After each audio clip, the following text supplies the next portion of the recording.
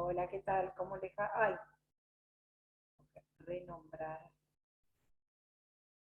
Buen día, profe. Buen Buen día. día, profe. Buen Buen día, día. profe, buen día. Buen Hola, día. profe.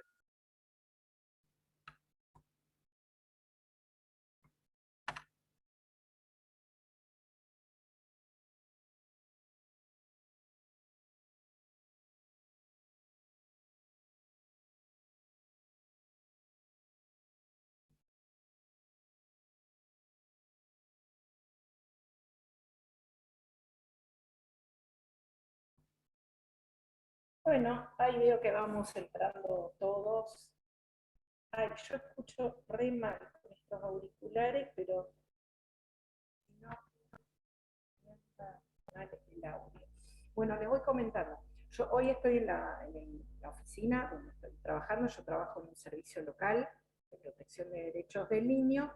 Eh, a veces me toca dar la clase aquí, porque me toca estar justo en este horario, así que voy a tratar de que si suena el teléfono, a veces yo tengo que atender, pero no se preocupen que pongo un cachito pausa, contesto, tomo el número de quien me llama y no sigo hablando, así que sepan disculpar si a veces la clase se interrumpe, pero no puedo no contestar, ¿sí? No hay problema, profe. Así que les pido disculpas, suena el teléfono, yo contesto y enseguida pido que me llamen en otro momento y continúo la clase, ¿sí?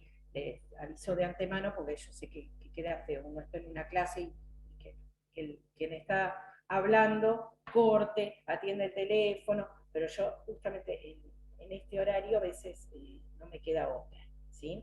¿Me escuchan bien? Ah, bien, porque tengo otro auricular, no el que uso siempre y no lo conozco. Bien. Bueno, ¿alguien quiere hacer alguna pregunta sobre lo que vimos la clase pasada, sobre algún otro tema?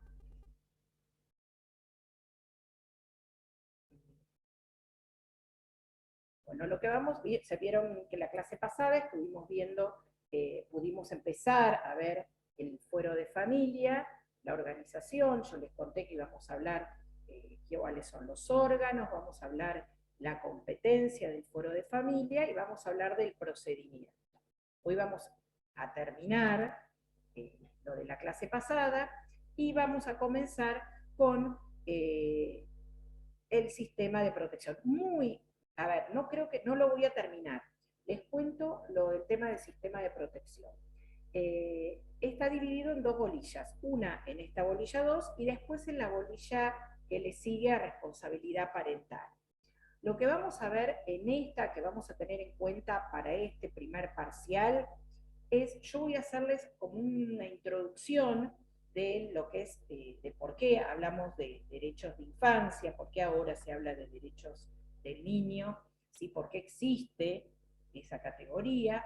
Vamos a hablar cuáles fueron hitos que se tuvieron, que existieron en todo lo que es el derecho de las infancias o el tratamiento de la infancia como categoría.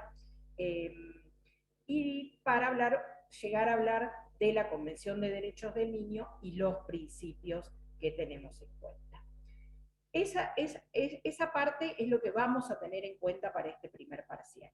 Si yo no llego a terminar la clase, el Power que voy a subir de ese tema tiene audio, ¿sí? Con lo cual ustedes van a tener el audio de cada una de las filminas donde es como explicado el tema, ¿sí? Como para que ustedes lo puedan seguir y terminar de ver, de entender. Ese tema lo vamos a volver a retomar, es decir, la misma clase con el mismo Power para la segunda parte.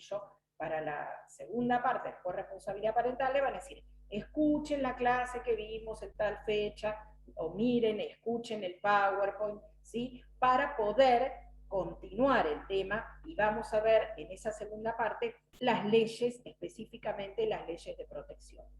Aclaro esto, ¿por qué? Porque en otras comisiones en este momento, en el momento de la bolilla 2, es cuando les dan todo el tema. Les hablan de la convención, de los principios, les hablan de las leyes de protección de las medidas, de los órganos, de las medidas, de los órganos administrativos, las medidas de protección, y yo creo que no es el momento adecuado porque ustedes todavía no han visto responsabilidad parental. Entonces, no tiene sentido porque van a perder, no van a entender la secuencia de cómo es la vida, la vida de una familia o la vida de un niño.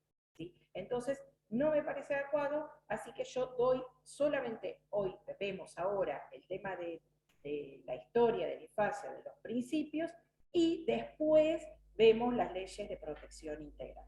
¿Sí? Esto como se nos aclaró ahora para esta segunda parte de la clase. ¿Qué se me abrió? ¡Ay! Se me han abierto un montón de cosas raras. Ya. Bueno, por ahora, eso para ahora la segunda parte. Ahora vamos a retomar con fuero de familia. ¿Sí? Así que voy a compartir otra vez el PowerPoint del otro día.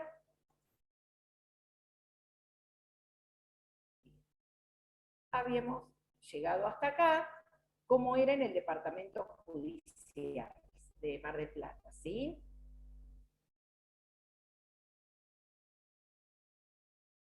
La ventanita la quiero hacer más chiquita. Ahí está.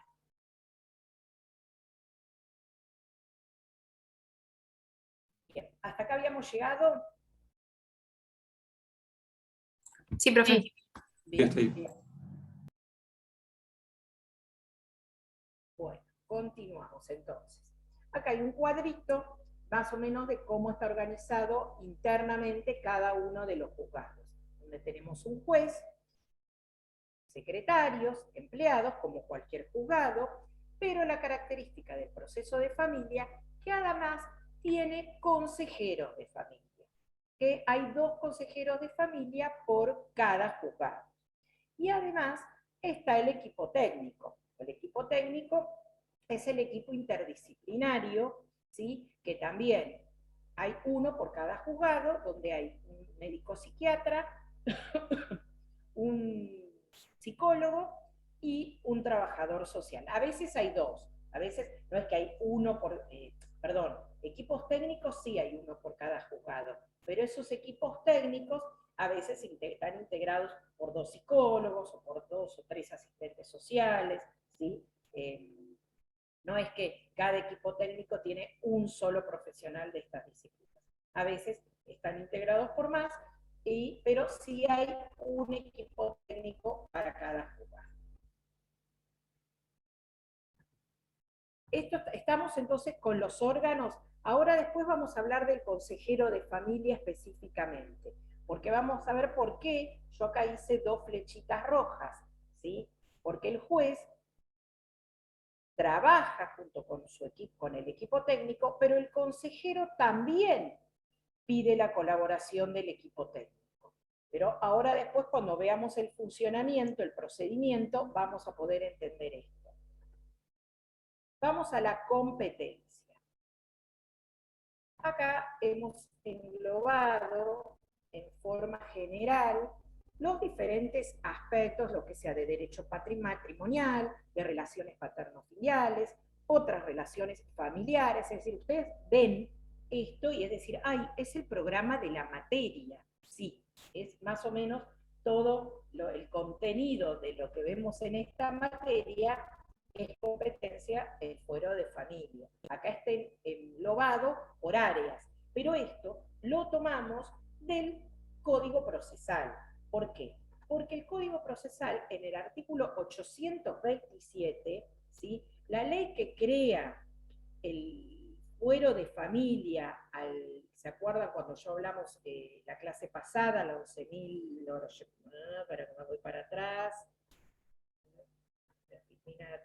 la 11.453 que tenemos acá, esta ley que crea el fuero de familia estableció, modificó el Código Procesal Civil y Comercial, que no existía el fuero de familia, y se agrega este artículo 827 que establece como juzgado de familia. ¿Sí?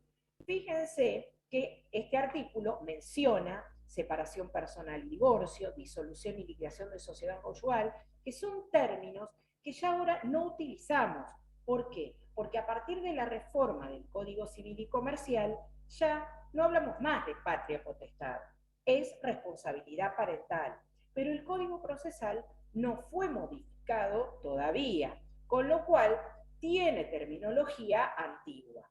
Por eso yo en rojo les marqué ahí cómo hablamos ahora, cómo a partir del Código Civil y Comercial, de la nueva reforma, de la reforma del Código Civil y Comercial, ya no existe más la separación personal, sino que hablamos únicamente de divorcio. ¿Sí? Ya no hablamos más de sociedad conyugal, sino que hablamos de disolución y liquidación de régimen patrimonial matrimonial. No hablamos de patria potestad, sino responsabilidad parental, no hablamos de tenencia y régimen de visitas, sino cuidado personal y comunicación. Es decir, se lo puse en rojo porque esto es lo que ahora en la reforma que estamos esperando que se realice del Código Procesal, se modifique esta terminología. ¿Sí? Y el 827 establece todos estos supuestos de competencia del juzgado de familia. ¿Y lo que pasó? Yo hablé en la clase pasada que la 13.000, la ley 13.634, modifica a la 11.357, que establecía que eran tribunales colegiados, establece que son juzgados unipersonales, y agregué que amplía la competencia, es decir, a este artículo 827 le agrega, no lo modifica, le incorpora, le agrega 3 incisos. Bueno, el 827 también decía cualquier otra cuestión. La 13.634 lo que hace es agregarle 3 incisos al 827. La protección de personas, es decir, para personas mayores de edad, cuando se requiere de un procedimiento para que esas personas que son mayores de edad se requiere una protección judicial, es decir, en esto engloba las posibles inhabilitaciones, los procedimientos de guarda de personas mayores, las restricciones a la capacidad, pedir, solicitar una prohibición de contratar, por ejemplo, para una persona mayor, para evitar que alguien, que terceros, se aprovechen de esa persona que tiene una restricción a la capacidad o que es una persona adulta, un adulto mayor, una persona anciana. Entonces se pide judicialmente alguna medida cautelar de ese tipo. Todas esas cuestiones son competencia del juzgado de familia a través de esta acción que va a estar caratulada ese proceso como protección de personas. También la permanencia temporal del niño en ámbitos familiares o entidades alternativos. En este caso es lo que en provincia de Buenos Aires denominamos medidas de abrigo, ¿sí? Que son estas medidas de protección que, fundamentadas en la ley provincial 13.298, que nosotros, que tiene como fuente el sistema de protección que vamos a empezar a ver hoy, pero ustedes estas medidas de abrigo la van a ver más adelante en la segunda parte de la materia. Para el control de legal, no es que el juez dicta una medida de abrigo, esto lo aclaro desde ya, y después lo voy a repetir 80.000 veces en la segunda parte, y va a desaprobar en la materia aquella persona que me diga que un juez dicta una medida de abrigo. Eso se los adelanto ya, segunda clase. La medida de abrigo la adopta un órgano administrativo. Al juez de familia va solamente para el control de legalidad de la medida de abrigo. Solamente para eso es competente el juez de familia. Si estuviéramos, la medida de abrigo es un acto administrativo, un acto de la administración pública. Todos los actos, el que ha cursado derecho administrativo sabe que los actos de la administración pública, el control de legalidad lo hace el juez contencioso administrativo. Bueno, este es el único supuesto de un acto administrativo, un acto de la administración pública, que el control de legalidad lo hace el juez de familia, que están comprometidos derechos constitucionales y derechos convencionales del niño.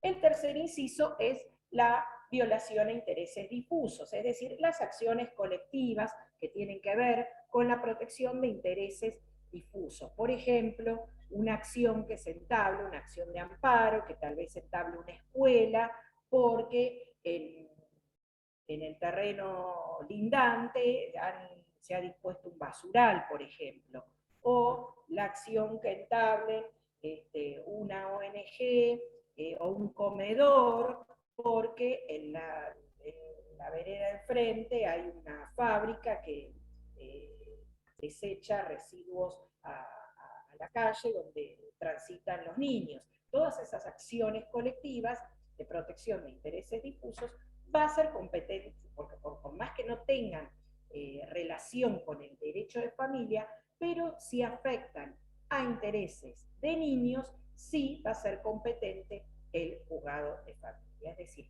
entonces, estos tres incisos los incorpora la ley 13.634. Por eso, ojo, porque aquellos que tengan, esto está en el código procesal, aquellos que tengan un código procesal muy viejo, no creo, ahora ya ustedes son, esto yo siempre lo aclaraba al principio, pero ahora me está por sonar el teléfono, ahora todos tienen códigos procesales relativamente nuevos, con lo cual ya está incorporada esta ley. Minutito, hago una pausita y ya continúo.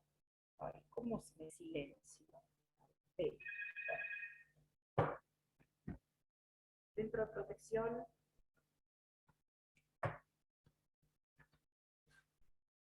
Hola. Sí, buen día.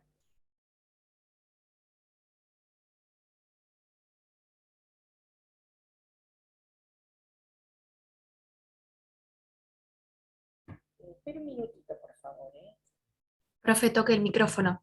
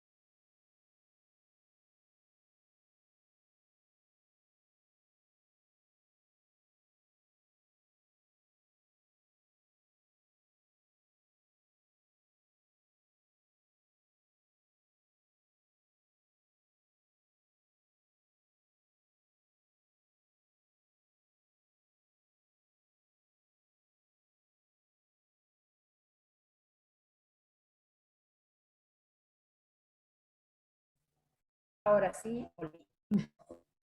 Miren que no sé qué hice con la pantalla en el revoleo. No Sigue sé, compartiéndola.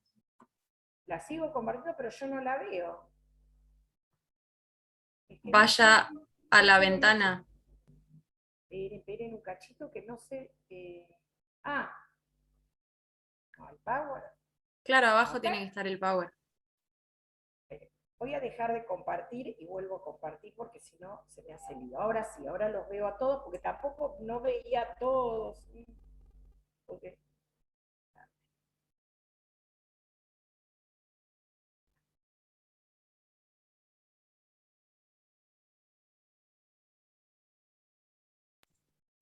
Profe, había quedado con el tema de los códigos procesales más actualizados o, menos, o los que no tenían actualizados. sí, sí, Sí, sí, gracias, Juan Manuel. Bien. Por eso les decía, ahora ustedes ya tienen generalmente códigos posteriores al 2005, así que esta ley ya la tienen. Bien.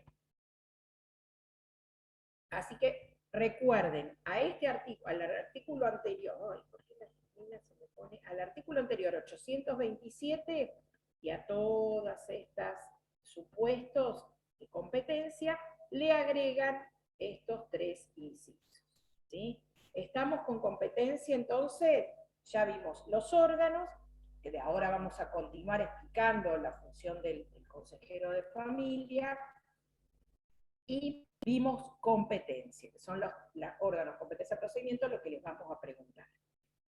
Atenti, fíjense que acá no está las sucesiones. Mucho cuidado, ¿sí? ¿Por qué? Porque los procesos estos se han confundido mucho. ¿Por qué? Porque los procesos sucesorios siguen siendo competencia de los juzgados civiles y comerciales. ¿Sí? Es un proceso civil el proceso sucesorio. Si bien a veces se mezclan cosas del derecho de familia, es un proceso civil, no es un proceso de familia, porque puede o no existir familia. Puede pasar que no haya familia y el proceso sucesorio se inicia igual porque solo haya acreedores, ¿sí? O haya herederos instituidos por testamento que no son familiares. Entonces, no tiene nada que ver con el proceso de familia y va a ser un proceso civil.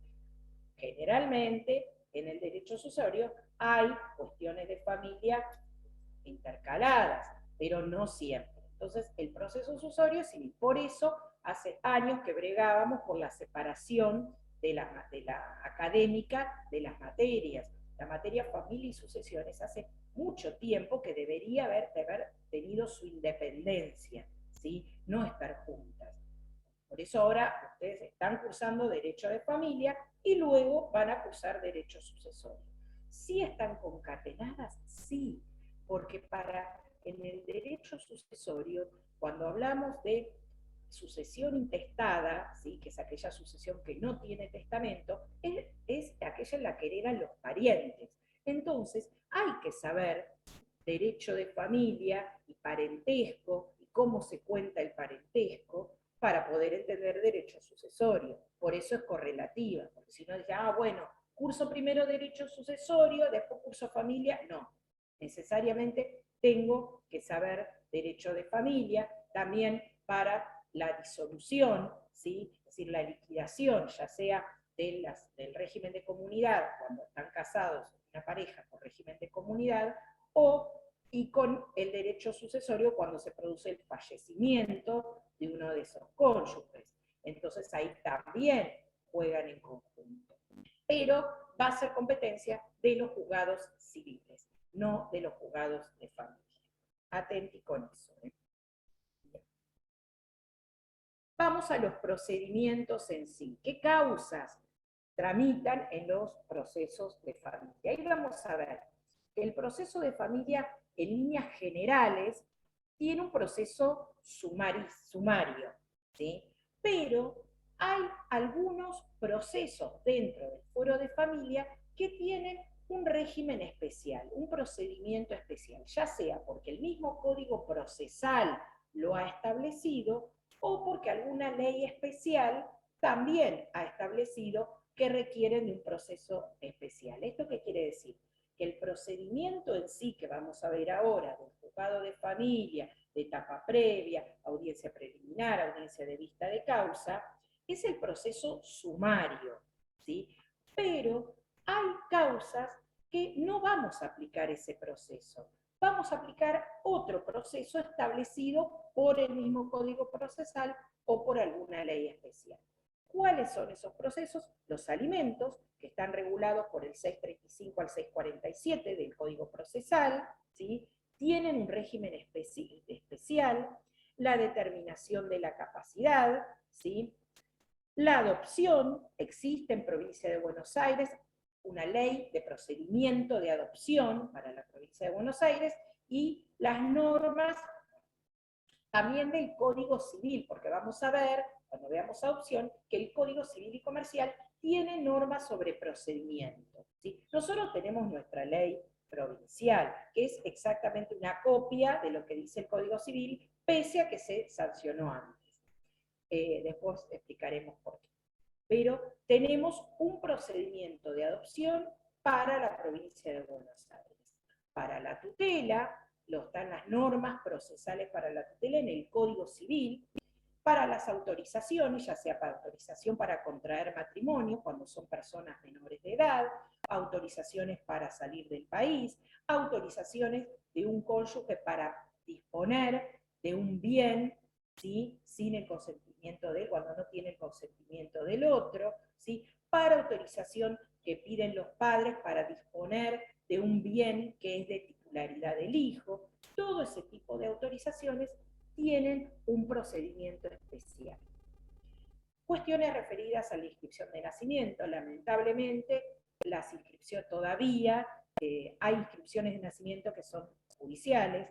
Las inscripciones de nacimiento hasta determinada edad es un acto administrativo que uno va al registro civil y inscribe, hasta determinado plazo, ¿sí? Después de determinar un mes. Después del mes hace también ante el registro civil, pero necesita de un aval, vendría a ser como una autorización del Ministerio Público, entonces va a la asesoría de incapaz, se le firman un papelito y va al revuelto al registro civil y se inscribe. Pero cuando tiene el niño para la persona más de 13 años, necesariamente la inscripción debe ser judicial. Esto es una barbaridad, porque es un acto que perfectamente lo puede hacer el organismo del registro civil, ¿sí? Porque lo mismo que va a constatar un juez son cuestiones administrativas que puede constatarlo el registro civil, pero hoy por hoy los mayores de 13 años que no han sido inscriptos deben concurrir al juez para solicitar la inscripción de nacimiento y es un procedimiento especial. Toda cuestión que es relativa al nombre y sus registraciones, esto tiene que ver con cambio de nombres, con rectificación de partidas, también tienen un procedimiento especial, y las medidas de abrigo que hablábamos hoy, del control de legalidad, que tienen un procedimiento especial establecido por la 13298 y el decreto. Estas causas tienen sus propias normas, su propia normativa, sus propios requisitos en cuanto a plazos, en cuanto a presentaciones, ¿sí? El resto de las causas, ven que salvo que se regule un procedimiento especial, las causas tramitarán por el procedimiento sumario. Para aquellos que están usando procesal, esto lo van a entender, o que hayan aprobado procesal, los demás tal vez no, pero bueno, ya lo van a entender igual. Es decir, ¿cuál sería el paso? La presentación de la demanda, junto con la demanda ofrezco prueba y acompaño la prueba documental, ¿sí? Luego la contestación de la demanda, es decir, que contesta la demanda, también tiene que ofrecer prueba y adjuntar la documental. Luego se abre la apertura a prueba, ahí se va a fijar una audiencia preliminar, ¿sí?, donde se provee la prueba, se sanea, esa audiencia es oral, obviamente, se va a desechar la prueba que sea superflua, es decir, como que se ordena el procedimiento. Luego la audiencia de vista de causa, donde se produce la prueba. Si hay testigos, en esa audiencia van a ir a declarar. Si hay peritos, en esa audiencia van a ir a declarar. ¿Sí? En esa misma audiencia se producen los alegatos, ¿sí? Y luego el juez dicta sentencia. Es decir, el formato del procedimiento sumario. Ahora lo volvemos a ver a esto con los cuatro.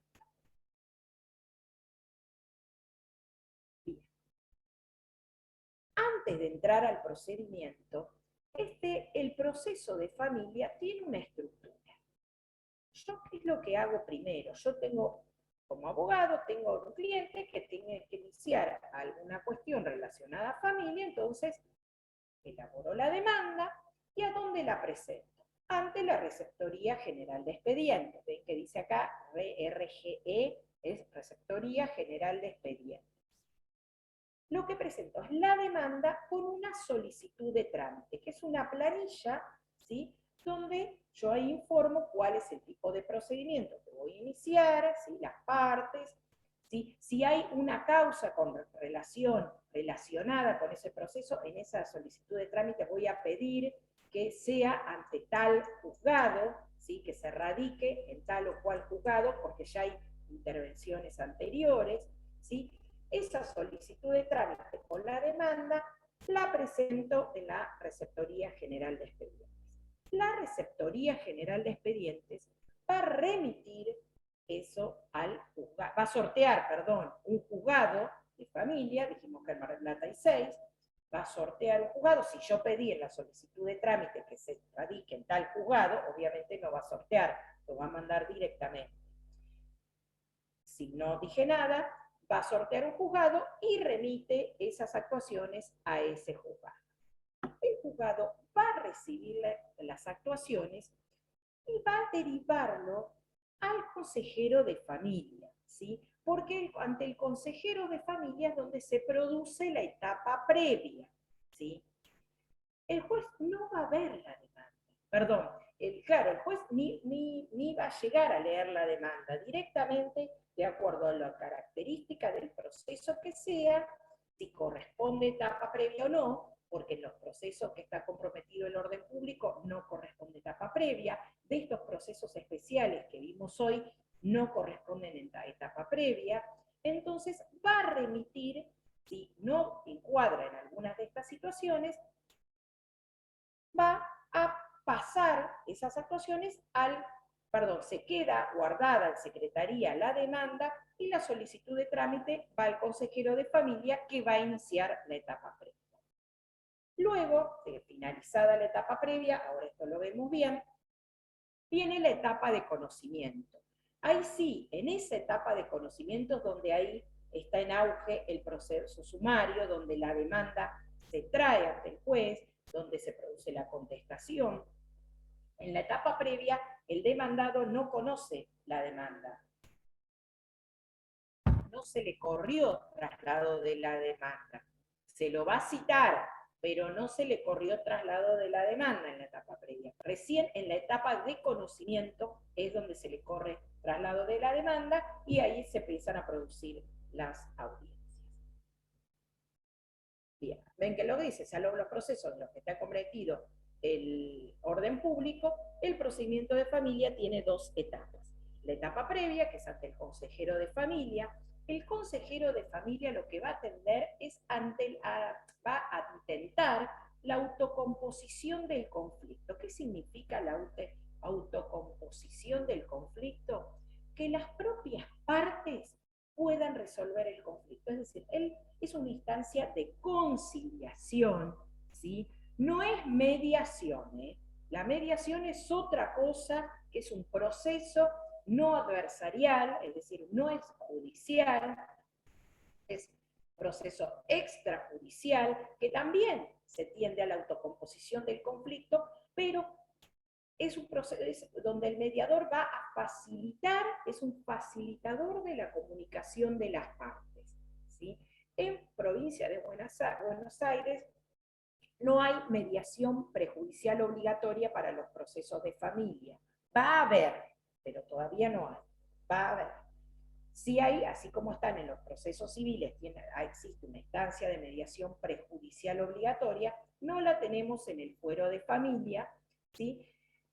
Directamente va a etapa previa ante el consejero que va a intentar conciliar. Puede ser que utilice los consejeros de familia generalmente, como se requiere de una especialidad, la mayoría de las veces son mediadores, tienen capacitación en mediación, ¿sí? Por lo cual van a utilizar herramientas de la mediación para intentar lograr esa conciliación.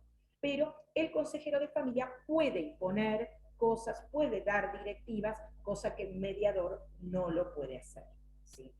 En cambio, acá el consejero sí.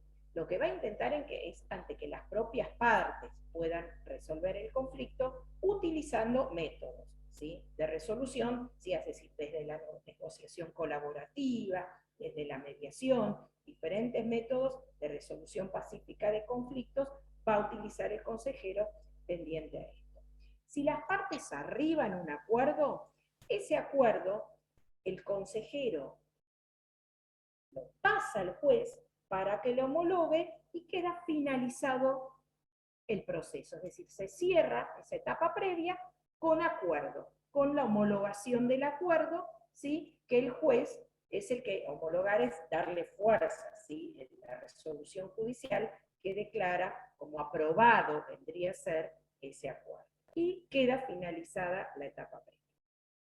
Acá tenemos algo de lo que estuve diciendo, el rol del consejero de familia, es la autocomposición del litigio.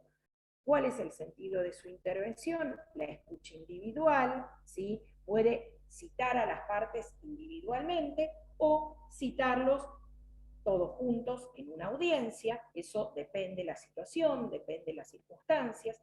Puede convocar al equipo técnico, ¿sí? Para que esté presente en la audiencia, para que evalúe a las partes, ¿sí? Puede solicitar informes de expertos, por ejemplo, el psicólogo particular de alguna de las partes, ¿sí?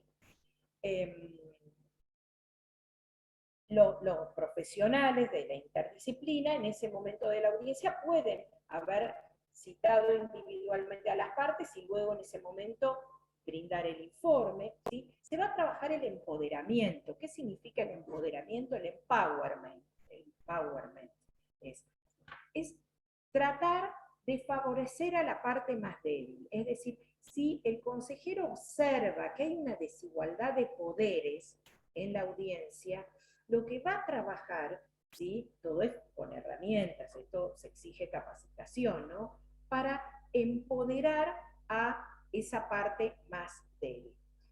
Esto, aclaro, es para las cuestiones, por ejemplo, no, perdón, al revés, no procedería esta etapa en los procesos de violencia. ¿Sí? La violencia familiar no hay etapa previa, ¿sí? Acá no se reúne a las partes, ¿sí? Es más, cuando no hay una denuncia de violencia familiar, pero en el marco de otro proceso, qué sé yo, puede ser una cuestión de cuidado personal, lo que sea, en la audiencia, el consejero detecta que ha habido alguna situación de violencia entre esas partes, corta la audiencia, la frena y da por finalizada la etapa previa, ¿sí? No se puede conciliar, un minutito, ya te termino, ya te doy, no se puede conciliar en cuestiones de violencia. Ojo, hay casos donde con profesionales, así como no se debería, porque las leyes de violencia dicen que no hay posibilidad de mediación en los procesos de familia, hay una rama de la mediación. La mediación tiene una rama, una especialidad en mediación familiar. Y dentro de la mediación familiar hay una subespecialidad que es la mediación en violencia, que realmente es una mediación que es muy excepcional, con profesionales ultra especializados. Tiene que ser, fíjense, un mediador que sea mediador familiar especializado en violencia, con lo cual es muy raro y son casos muy, muy puntuales, ¿sí? Porque si no, no se puede hacer mediación en violencia porque hay una cuestión de poder ahí muy importante, ¿sí? Josefina. Yo, capaz era, o sea, capaz es una pregunta medio pava, pero el No consejero importa. tiene que tener alguna profesión en particular, o sea, tiene que ser psicólogo, abogado, psiquiatra, algo de eso, o No, abogado. Abogado, abogado, abogado. sí o sí. Es un funcionario judicial, Ah, tiene un rango superior al de secretario de un juzgado. El rango administrativo es el de secretario de cámara, ¿sí? De cámara de apelaciones, ¿sí? Pero es abogado. Es abogado. bien, Se gracias. puede estar acompañado con el equipo técnico que son de otras disciplinas. Pero está bien. Profe, a Sí, mí me quedó una duda respecto a la competencia. Sí. Las presunciones de fallecimiento no van por fuera de familia. Ay, espera que no, se corta. ¿Cómo no te entendí? Todo lo que tiene que ver con la presunción de fallecimiento y todo eso, no va por fuera de familia. Respecto a la La competencia. presunción de fallecimiento, si es en un proceso sucesorio, no, va a ser ante el juez del sucesorio. ¿Sí? Bien. Profe, una pregunta. Sí. Estas dos etapas, la etapa previa y la etapa de conocimiento, ¿también se aparecen estas dos etapas en las causas donde no se tramita por proceso sumario? No. Ok, Por eso, está. lo dije, ¿eh? Lo dije. Sí, yo para... No, en Sí, esa, está bien. esas no, esos van directamente ante el juez. Ahora vamos a Perdón, ver qué profe, puede hacer el una juez. pregunta. Sí.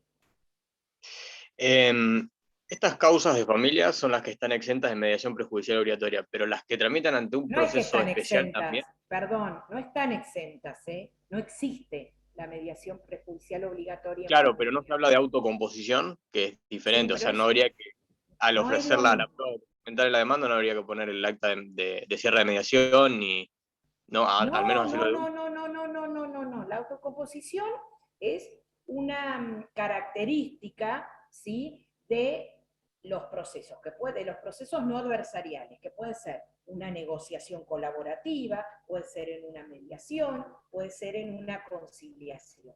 Acá no hay mediación, conciliación. ¿Por qué? Porque el juez puede dar sugerencias, puede dar alguna directiva, ¿sí?, puede conciliación, ordenar digo, no. algo Sí. que en una mediación bajo ningún concepto el mediador puede hacer eso, ¿sí? Pero mi duda iba a si en estos procesos especiales, en estas causas enumeradas hace un rato, ¿hay mediación o no hay mediación? En No ninguna de hay las causas de mediación, familia. olvídate de la mediación. No hay En los en procesos provincia de de Buenos familia, Aires, ¿eh? En pasa que en provincia los de Buenos Aires. procesos de familia no es obligatoria la mediación, porque por ahí se confunde con eso, que nosotros por ahí vimos que la No mediación existe. obligatoria. No es, chicos, En no los procesos de familia está existe, no exento, por existe. eso. No es que está Claro. exento, Olvídate, no es otra cosa la existe, mediación. no Sacalo de existe. familia. Sacalo. Sacalo de Sacalo. familia. Sacalo. Acá, A mí en me Saque el provincia quedaba la de mediador, duda saque Buenos por el eso. Aires. consejero y que trabaja. Pensalo así. Cambiar ese nombre y pensarlo distinto. No, Perfecto. no, está mal. Si vos me decís Bueno, hacerlo el parcial, te digo que está mal.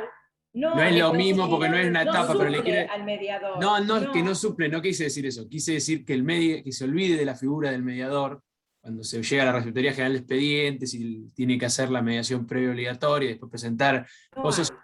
que cambie la figura, que deje de fuera la etapa de mediación y que piense en una etapa previa, en la etapa de familia, con un consejero que está dentro del juzgado, que tiene esa función que vos decías de figura de como si fuera el secretario de Cámara, que cambie para que se saque de la cabeza el proceso de A mediación. ver, aclaro. Perfecto, Sí, gracias. porque está una ley aprobada, pero que no está reglamentada, de la mediación en familia. En Capital Federal existe la mediación en familia, ¿sí? Nosotros acá no tenemos mediación en familia, ¿sí? Pero vamos a tener, ¿sí? Vamos a tener seguramente cuando se reglamente. No para todas las causas, ¿sí? Pero va a existir. Por ahora no la tenemos, ¿sí? Y el consejero, si bien utiliza herramientas de la mediación, como intentar la autocomposición del litigio, ¿sí?, no hace mediación, ¿sí? Porque él puede dar directivas, puede ordenar medidas, ¿sí? Esto de llamar al equipo técnico no lo puede hacer un mediador, ¿sí? Porque tiene que esperar que las partes lo acuerden, ¿sí? En cambio el consejero dice, sugiere, ¿sí?, da posibles alternativas, brinda diferentes alternativas, ¿sí?, que un mediador no lo puede hacer. Un mediador tiene que favorecer que las mismas partes den las alternativas y ellas mismas eligen. Él va a facilitar para que las partes trabajen pensando, abriendo la cabeza, diferentes alternativas. Pero el mediador bajo ningún concepto va a dar él las alternativas. El consejero sí. Profe, una pregunta. ¿Cuál sería el caso en el que en los casos de violencia familiar proceda esta etapa previa y la autocomposición. O sea, Mira, no sería una revictimización hacia la víctima. previa no hay en violencia, ¿eh? No, etapa previa no hay en violencia. Yo no dije Por eso, que pero no había. dijiste que salvo en algunos casos. No. A ver, si se entendió mal, yo dije casos muy aislados que no suceden acá en la provincia de Buenos Aires, sí en Capital Federal que tienen mediación en familia, algún caso de violencia familiar donde hay que resolver, no si me voy de la casa, se lo excluye, no se lo excluye, restricción, no restricción, eso bajo ningún concepto.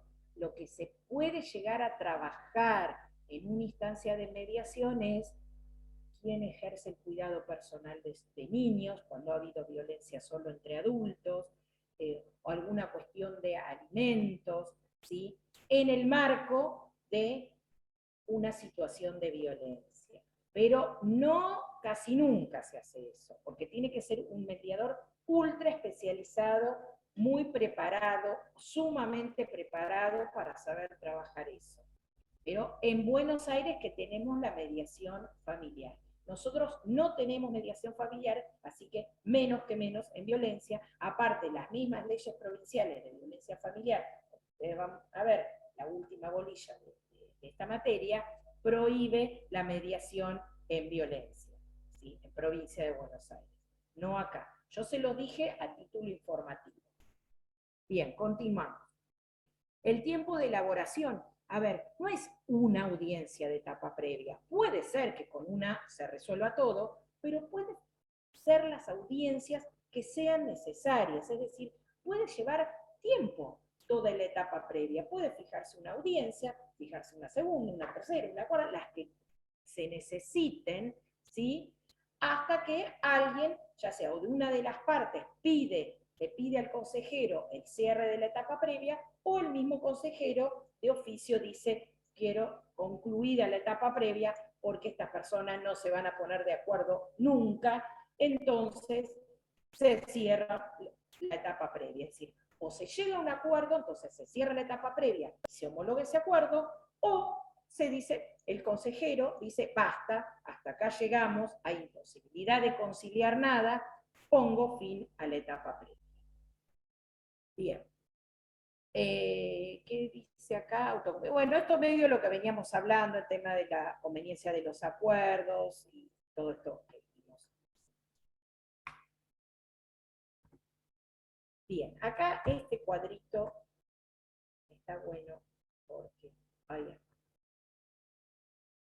Tenemos entonces, retomamos, Receptoría General de Expedientes, remite al juez la solicitud de trámite y la demanda. El juez va a dar intervención inmediata al consejero, ¿sí? Con la solicitud de trámite.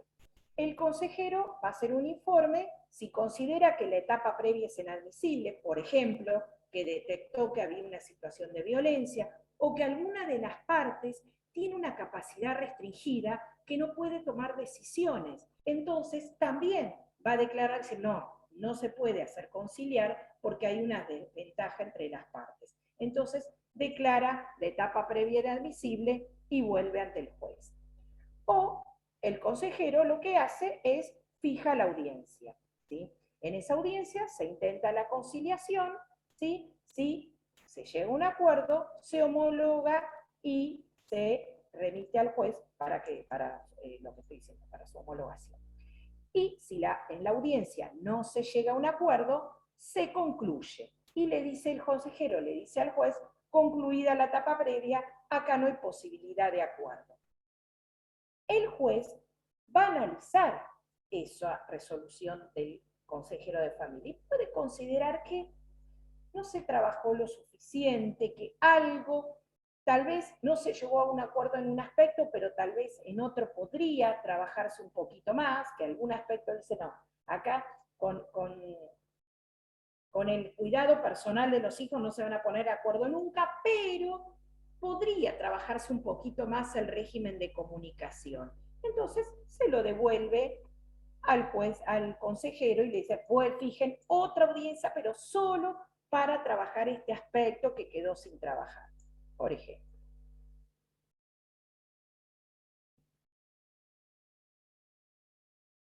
Una vez que se concluyó la etapa previa, pasa la etapa, se llama etapa de juicio o etapa de conocimiento. Ojo, ojo que acá vamos a ver que hay dos audiencias, la audiencia preliminar y la audiencia de vista de causa, similar al proceso laboral. La audiencia preliminar no se la confundan con la etapa previa, esto lo aclaro, ¿sí? Porque después cuando estamos tomando examen, les preguntamos el procedimiento y se confunden la etapa previa con la audiencia preliminar. No, la etapa previa es del consejero. En la etapa de conocimiento tenemos la audiencia preliminar y la audiencia de vista de causa. Profe, Sí. yo tengo una pregunta. ¿Qué pasa cuando, por ejemplo, una parte no quiere asistir a la etapa previa, o sea, está reacia a asistir a la etapa previa? Porque, por ejemplo, nosotros veíamos la obligación es de, no de conciliar, digamos, pero sí de estar en la etapa previa o estar en la Muy bien, audiencia. muy buena pregunta. Es obligatoria.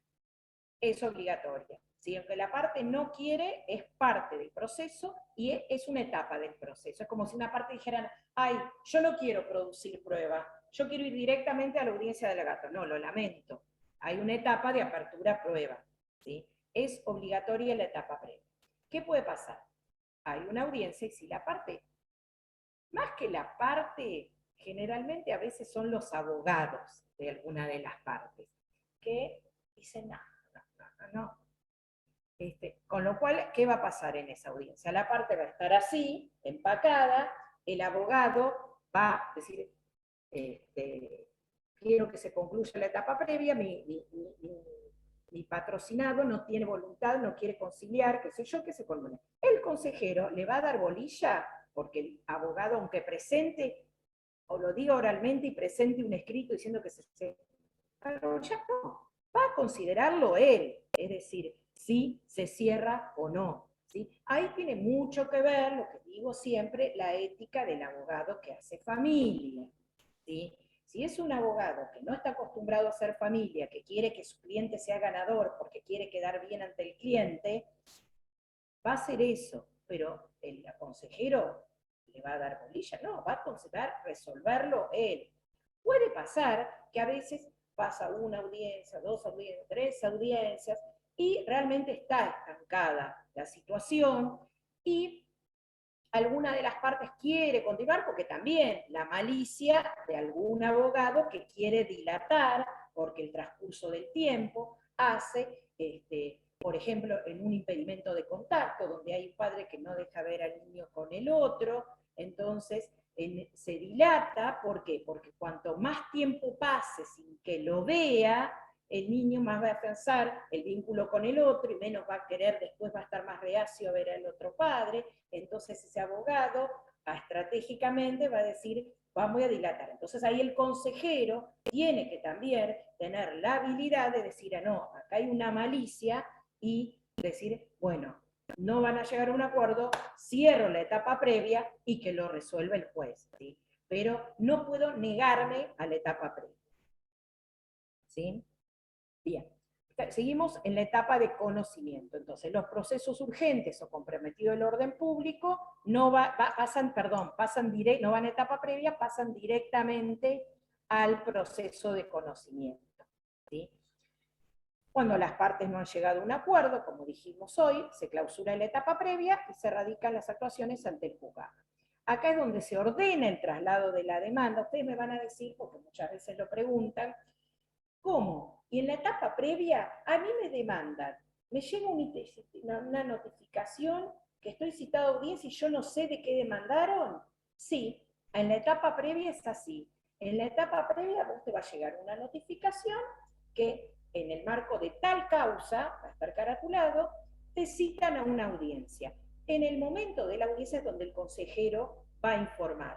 Por eso, no va a ser necesario, no es que en ese momento lo que se resuelva en esa audiencia va a ser definitivo, ¿sí? Por eso puede haber una o varias, puede ser que una de las partes se sorprenda de la demanda que se le hicieron y no esté, entonces ahí el abogado tiene que decir, miren, mi defendido recién se entera de este reclamo, nunca le habían hecho este tipo de reclamos, si le están reclamando cuestiones que él no sabía, que si se lo hubiesen reclamado extrajudicialmente, tal vez se hubiese accedido, así que déjeme un tiempo, doctora, para que yo lo converse y lo analicemos, lo estudiemos con mi cliente, ¿sí? Este reclamo que ahora me están haciendo, que ahora me entero, ¿sí? Profe, o sea que en las Porque causas es una donde es etapa posible... informal. Yo ahora les voy a mostrar un dibujito, una imagen. Porque la etapa del consejero es absolutamente informal. No es lo mismo, no sé por qué no lo tengo acá. No, a ver. No lo tengo acá. Se ve que lo tenía en otro PowerPoint, que tengo una imagen que está de cómo es una audiencia ante el consejero, donde la mesa es como un diálogo. Redonda, exactamente, redonda, ovalada, rectangular, pero están todos mirándose a la cara. Es una audiencia mucho más informal que en las audiencias preliminares o vista de causa, donde está el estrado, están los jueces, están ordenadas en los lugares. Está al principio del Power, profe, donde estaba dice fuera de familia, análisis en proceso, sí. Bueno, yo sabía que lo tenía en algún lugar. Bien. Acá se ordena el traslado, acá sí, dijimos, acá se ordena el traslado de la demanda, ahí sí corre el plazo para contestar la demanda, que en el juicio sumario de 10 días, los que están en procesal, ¿cuál es el plazo para contestar la demanda en el proceso sumario? 10 días. 10 era, 10, sí, no me equivoqué. 15 ordinario, 10 sumario. 15 ordinario, 10 sumario. 5 el sumarísimo, que es la única excepción del plazo. Exactamente. El plazo es de 10 días, ¿sí? Y ahí queda integrada, trabada la litis, ¿sí? ¿En qué momento la prueba fue ofrecida con la demanda y la contestación? Pero se va a llamar audiencia preliminar y ahí se va a ofrecer la prueba. Ahí lo que va a hacer el juez es sanear, ¿sí? Es decir, a ver, esto vale la pena producirlo, esto no. Acá me ofrecieron 50 testigos, de estos 50 testigos me sirven 3, chau, estos otros testigos no. ¿Sí? Ahí es donde va a sanear. ¿Sí? Es una audiencia oral, luego es la audiencia de vista de causa, donde se produce toda la prueba. En esa audiencia se producen los alegatos, ¿sí? Y luego se dicta sentencia. ¿Ven? Acá quería pasar a esto. Bien, vemos demanda, contestación o reconvención, si se plantean excepciones. Esta es demanda, contestación, reconvención y excepciones. Esto es lo único que es escrito. Después, ¿se acuerdan cuando vimos la otra clase los principios, que es eminentemente oral? Bueno, esto es demanda, contestación, es escrito. El resto es oral. Audiencia preliminar, audiencia de vista de causa y sentencia. La audiencia preliminar. Bueno, esto lo voy a pasar medio rapidito, después ustedes bien, porque si no se nos va el tiempo y ya me quedo sin tiempo para la otra clase. Sí, cuando haga el cronograma para otro cuatrimestre voy a tener que separar estas dos clases porque no es imposible llegar.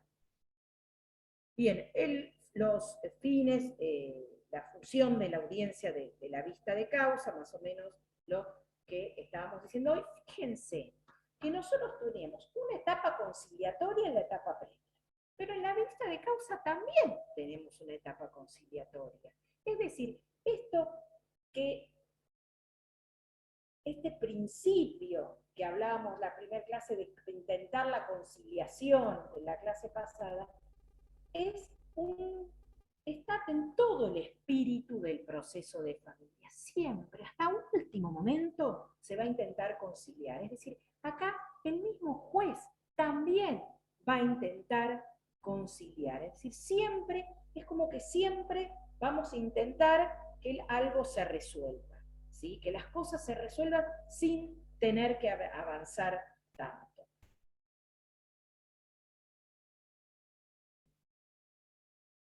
En la audiencia de vista causa se fija, perdón, en la audiencia de preliminar se fija la fecha de audiencia de causa.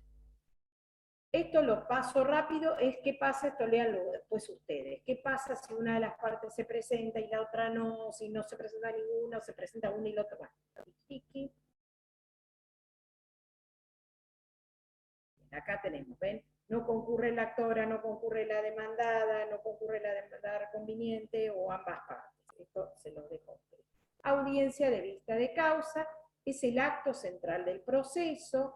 ¿Se va a seguir intentando conciliar?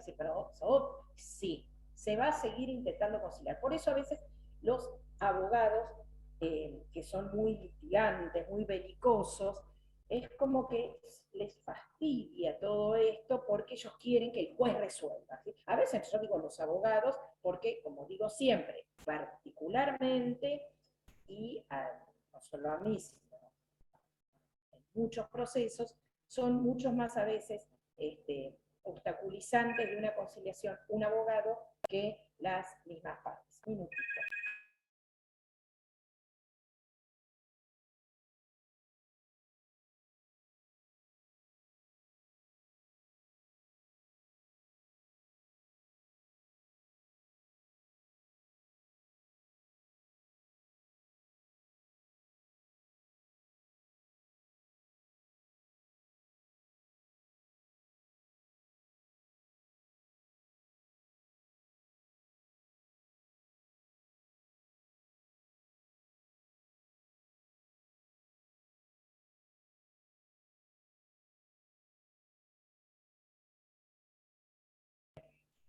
Bien.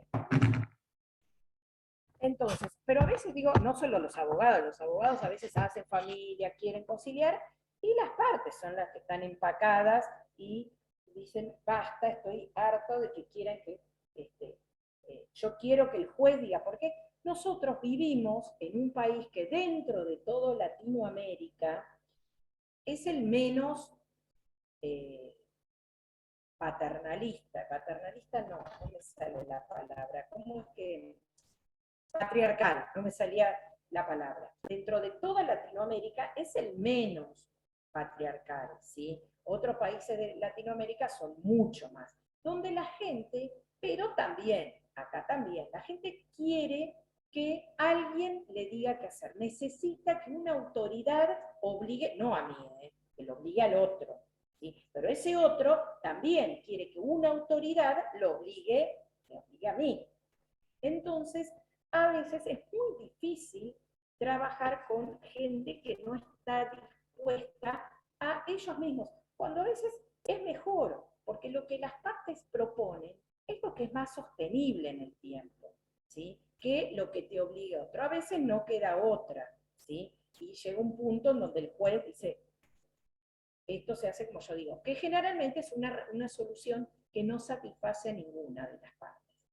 Siempre, y está bien, pero a mí me hubiera gustado tal cosa. Por eso uno trabaja mucho con el cliente cuando decir, mire, si usted no quiere, a veces algunas cosas flexibilizarlas o ceder en algún aspecto, y dice, no, yo quiero que el juez le diga que lo que tiene que hacer, porque él está obligado, porque la ley dice, usted me dijo que la ley decía que él tiene que hacer tal cosa. Bien, pero mire que puede pasar que el juez después considere, interprete la ley de otra manera y no esté, y lo que usted quiere que pase, no, tal vez no es así, es decir, hay otro que decide por uno. Entonces, eso está bueno, trabajarlo mucho con el cliente, decir, mira, va a haber un tercero que va a decir, y ya es lo que él decide, ¿sí? No es que vos vas a decir, bueno, decido eso, pero no me importa, yo hago lo que quiero. No, porque después esa sentencia me la van a ejecutar. Así que está bueno que uno trabajar mucho con la gente esto de la conciliación. Bueno, esto que ya más o menos lo dijimos, de la producción, de los alegatos. Profe, sí. Creo que le están escribiendo en el chat. No sé si lo puede ver. Gracias. De nada. Si hay violencia sería instancia penal, habían dicho hoy. No, no necesariamente. No. Instancia penal en violencia es cuando hay lesiones, ¿sí? O abuso, comisión de un delito, ¿no? Cuando, si no, es proceso de familia, es competencia de los juzgados de familia. Dice Silvana, me ha pasado que se produce el acuerdo porque el juez dilata mucho el proceso. No te entiendo, Silvana, que se produce el acuerdo por el juez dilata. Es como que las partes se cansan, dirías. Es decir, se cansan y terminan acordando porque pasa tanto el tiempo. Sí, puede ser o no. O a veces está bueno un poquito eso, porque hace que las tensiones, a veces las tensiones, eso hace que vayan en escalada, y otras veces hace que la tensión vaya disminuyendo, porque estábamos muy enojados, muy peleados al principio, y después bajan ese transcurso del tiempo, ¿ves? También es una utilización estratégica para que bajen las tensiones y se pueda llegar a un acuerdo, ¿sí? No es que llego a un acuerdo obligadamente porque me cansé de litigar, sino tal vez, qué suerte que se llegó, hay que pensarlo desde esa manera, qué suerte que el transcurso del tiempo hizo que pase mi enojo, que las emociones se estabilicen y se pudo llegar a un acuerdo. ¿Sí? Eso depende un poquito del lado con que se lo mire, pero sería para profundizar más. Bien. En el momento de que se producen los alegatos, si hay cuestiones de orden público, va a estar el Ministerio Público. Si hay menores o incapaces, el Ministerio Público Tutelar, el asesor de incapaces, y si hay cuestiones de orden público, pero que aunque no haya cuestiones de menores o incapaces, el Ministerio Público Fiscal, que va a dar su dictamen también. Con el tema de la comparecencia es lo mismo que la audiencia preliminar. Y se dicta, no dije nada de la sentencia acá. Me salté. Bueno, se llama autos para sentencia y se dicta sentencia. Esa sentencia puede ser apelable, o acá con los mismos recursos, acá remitimos al Código Procesal, Civil y Comercial, en relación a los recursos en los procesos civiles. ¿Quién va a ser competente? La Cámara de Apelaciones, en Mar del Plata, la Cámara de Apelaciones Civil y Comercial. Este punto. Entonces, estamos con el proceso de familia.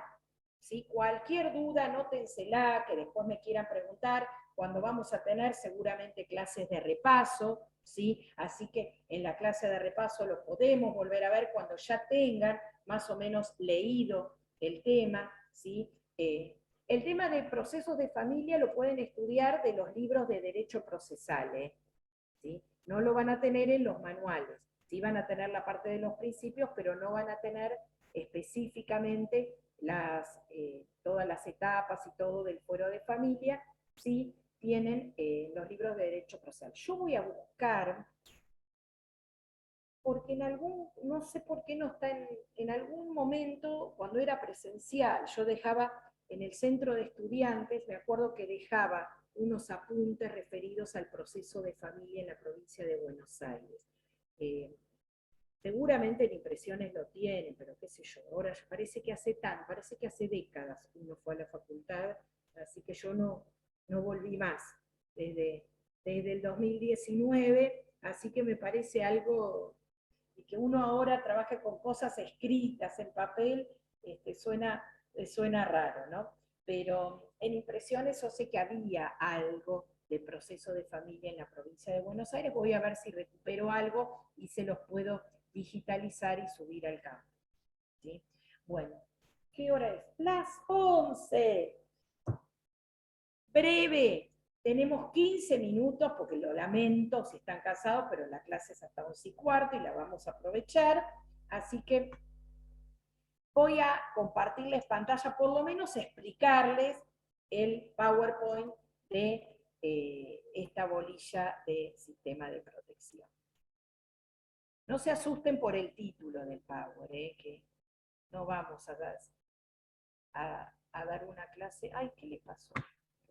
Una clase de sociología, pero sí vamos a hablar de sociología de la infancia. ¿Sí? Power tienen esto, cuando ustedes después lo escuchen, apretan este icono, este microfonito que hay, este parlantito que hay ahí, y tienen mi voz, hablando, explicando el PowerPoint. ¿Sí? ¿Qué es el CONTIS? Historia sociopolítica de la infancia, porque hablamos un poquito de la historia de la infancia, no lo voy a hablar ahora, lo van a escuchar ustedes, pero escúchenlo, porque de esta forma van a intentar entender el por qué no hay más tribunales de menores ahora, por qué no hablamos de menores y hablamos de niños y niñas y adolescentes. Esto quiero aclarar. Acá no tiene que ver con si utilizo lenguaje inclusivo o no utilizo lenguaje inclusivo, ¿sí? Particularmente yo no lo utilizo, no creo que a la igualdad haga que ver, pero bueno, no me quiero meter a debatir ahora, ¿no? Si incluyo o no, acá yo creo que es una cuestión cultural, nos va a costar muchísimo, creo que es respeto al que quiere usarlo, o si alguien se siente identificado con que se utilice ese lenguaje. A mí me cuesta muchísimo, me cuesta entender cuando alguien habla o da una charla o una conferencia con lenguaje inclusivo, me cuesta mucho, tal vez a ustedes no, porque son más jóvenes, se acostumbran, a mí me cuesta muchísimo llevar el hilo de la charla cuando se está utilizando, y hoy por hoy, en esta instancia académica, a mí me interesa que se entienda el tema, ¿sí? Pero eso tiene que ver, yo creo particularmente, que más allá de la inclusión o no, tiene que ver, es una cuestión gramatical, si le pongo una E, una X o cómo lo digo, más que de contenido. Sí estoy convencida que el lenguaje no es neutro, sí estoy convencida que el lenguaje tiene contenido, pero desde el punto de vista de la semiótica, es decir, no desde la gramática, sino desde el contenido de los términos. ¿Sí? Hablamos de niños porque no hablamos de menores, ¿sí? Porque menor sí es un término estigmatizante, porque es una cosa que es menor que en otra.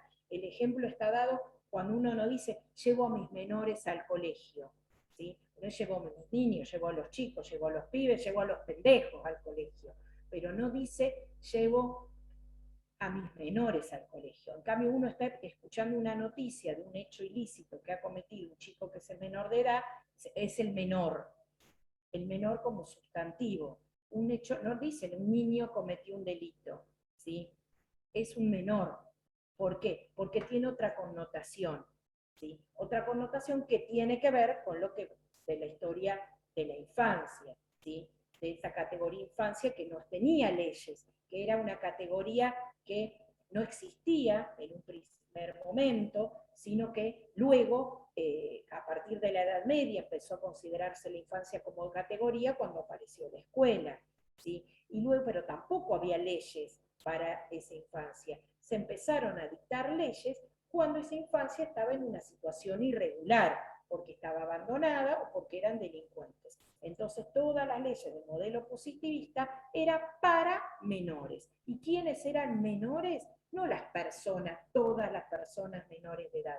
Menores eran aquellos que estaban en una situación irregular. Entonces, por eso esas leyes tutelares, por eso hablamos del paso del sistema tutelar al sistema de protección de derechos.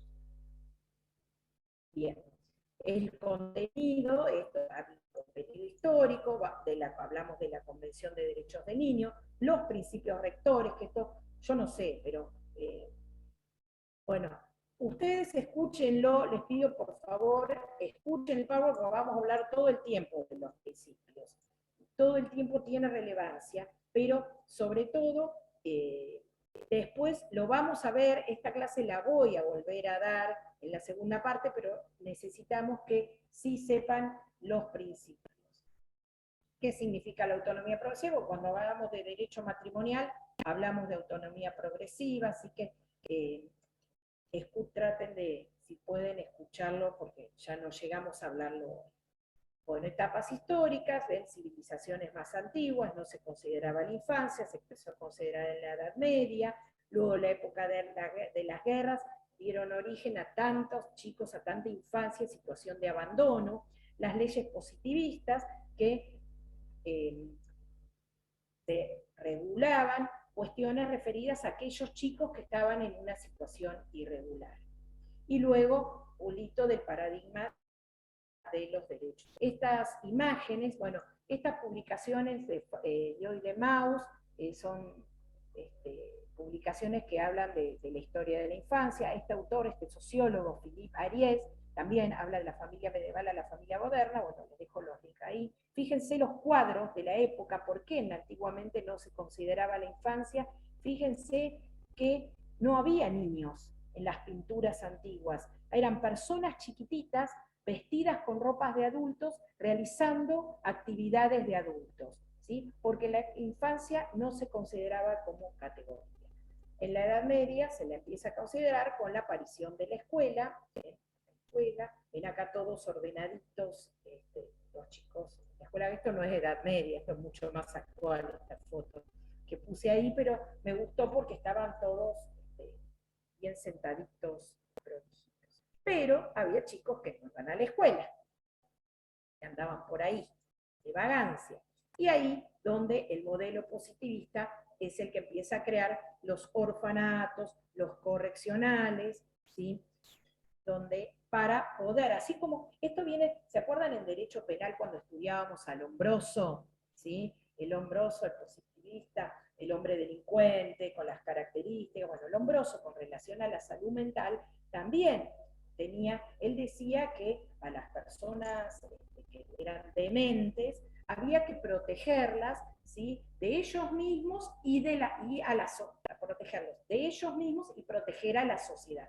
Más proteger a la sociedad. ¿Por qué? Porque él decía que había que encerrarlos, ¿sí? Él hablaba de una isla, de llevarlos a una isla y que quedaran en una isla. Por estas ideas de encierro, estas mismas ideas que Lombroso tenía para los locos, también para aquellos menores que se encontraban en una situación irregular, o porque eran huérfanos, o habían sido abandonados, o porque estaban delinquiendo, entonces a través de correccionales. Hay una película que es terrible, es una película argentina muy vieja que trabaja Norma Leandro, que se llama Las tumbas. Terrible, porque refleja la realidad de los correccionales que existían en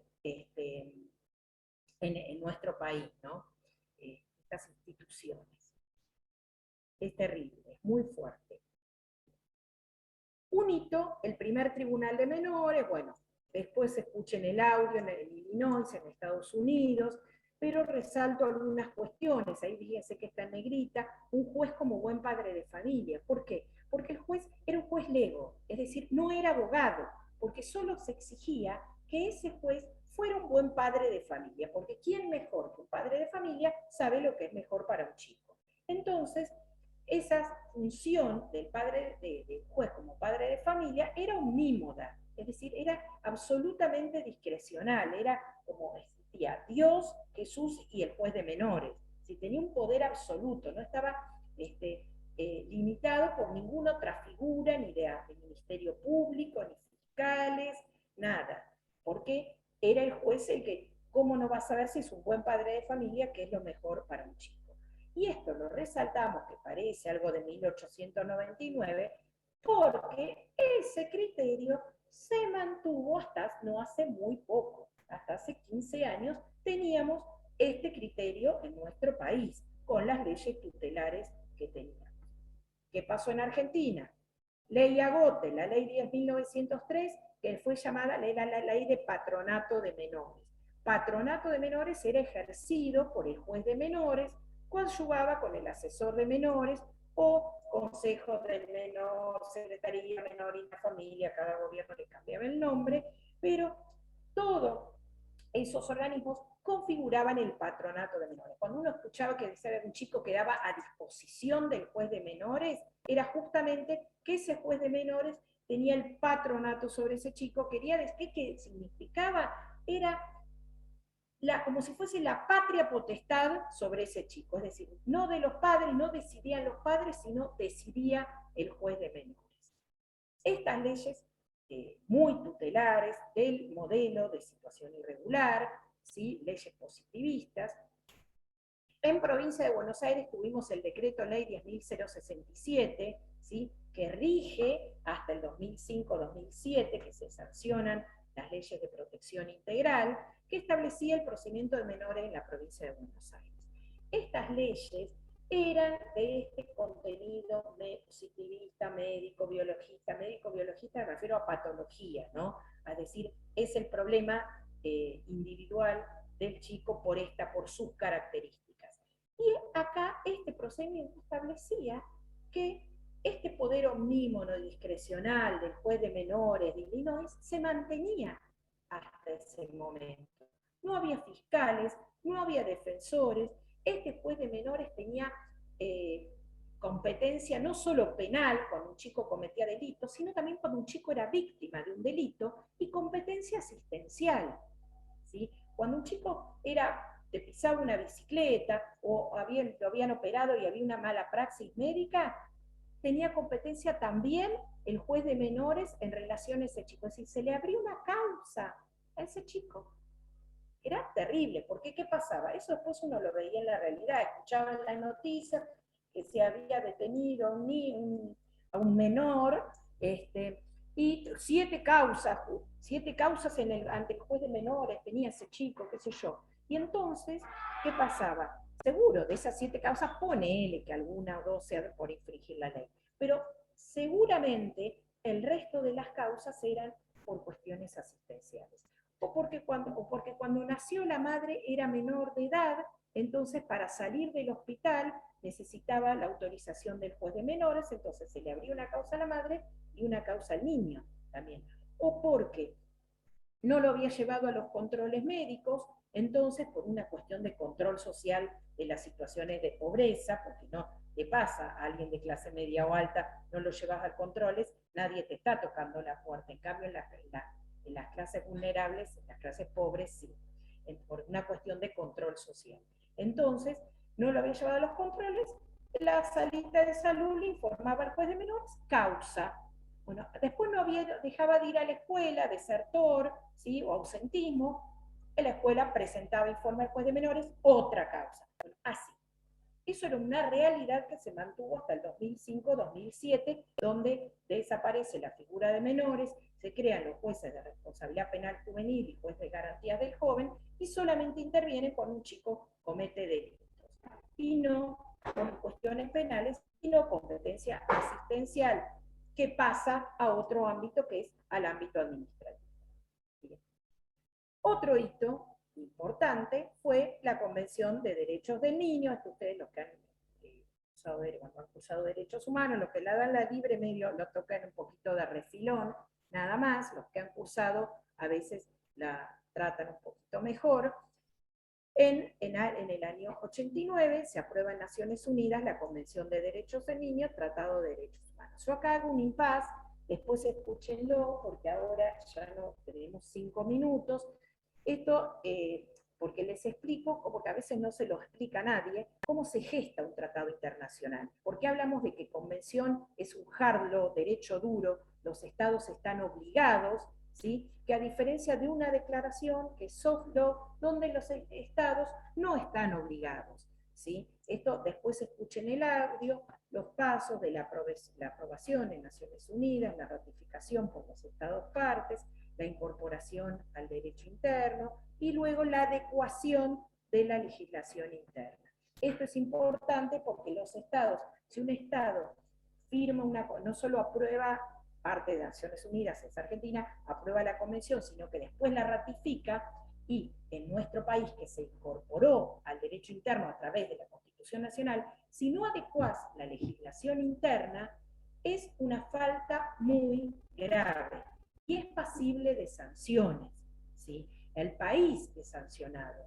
¿sí? A través de multas, o se le impide acceso al crédito internacional. Es decir, si Argentina no adecuaba su legislación interna y no adecuaba las leyes internas a la convención, y luego quería un préstamo del BID, el Banco Interamericano de Desarrollo, para rehacer una autopista, el BID le podía decir, no, no te voy a prestar porque no adecuaste la legislación interna, ¿sí? Y el año pasado tuvo mucho que ver con el tema de las vacunas. ¿Por qué? Porque Argentina, ahora acá está explicado la situación en Argentina, adecuó parcialmente su legislación interna. Capital Federal no tiene adecuada su legislación interna, sigue teniendo un procedimiento de menores. Entonces, cuando pedían vacunas, dentro de las cuestiones para ver cómo era el país, decían, hay cosas que ustedes no están cumpliendo compromisos internacionales, ¿sí? Entonces, es importante.